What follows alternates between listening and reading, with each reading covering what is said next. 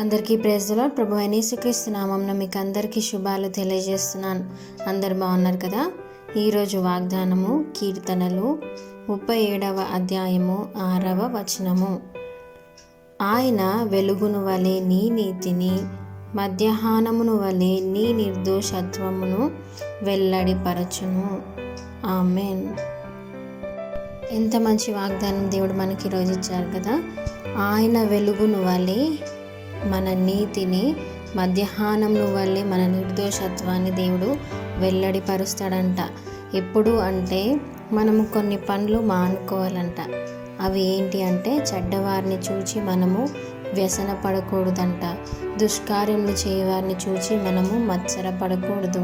వాళ్ళు ఎలాంటి వారు అంటే వాళ్ళు గడ్డి వలె త్వరగా ఎండిపోయేవారు, పచ్చని కూర వలె వాళ్ళు వాడిపోయేవారు. కాబట్టి వాళ్ళని గురించి మనం ఎప్పుడు కూడా ఆలోచించేవారుగా మనం ఉండకూడదంట. మన కోపాన్ని, మన ఆగ్రహాన్ని మనము విడిచిపెట్టే వారంగా మనం ఉండాలి. ఎప్పుడైతే మనం యెహోవా యందు నమ్మిక ఉంచుతామో మనము దేశమందు నీతిని, సత్యాన్ని అనుసరించే వాళ్ళంగా మనం ఉండాలి.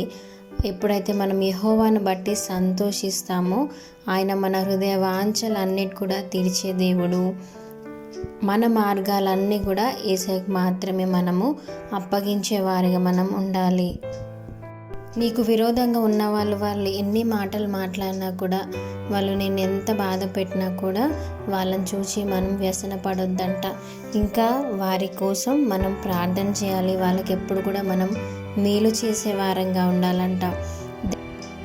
దేవుని ఎదుట ఎప్పుడైతే మనం మౌనంగా ఉండి ఆయన కొరకు కనిపెడతా ఉంటామో దేవుడే వారి మనస్సులను మార్చి మన కోసం, వాళ్ళు మళ్ళీ మన కోసం మేలు చేసేవారుగా దేవుడు వాళ్ళని చేస్తాడు.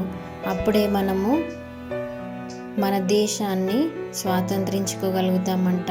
ఎప్పుడైతే యెహోవా కొరకు మనం అనుక్షణం కనిపెట్టే వారంగా మనం ఉంటామో మనము ఈ భూలోకాన్ని స్వతంత్రించే వారంగా మనము ఉంటాము. అప్పుడు నిత్య సంతోషం, నిత్య సమాధానాన్ని మనం పొందుకున్న వారం అవుతాం.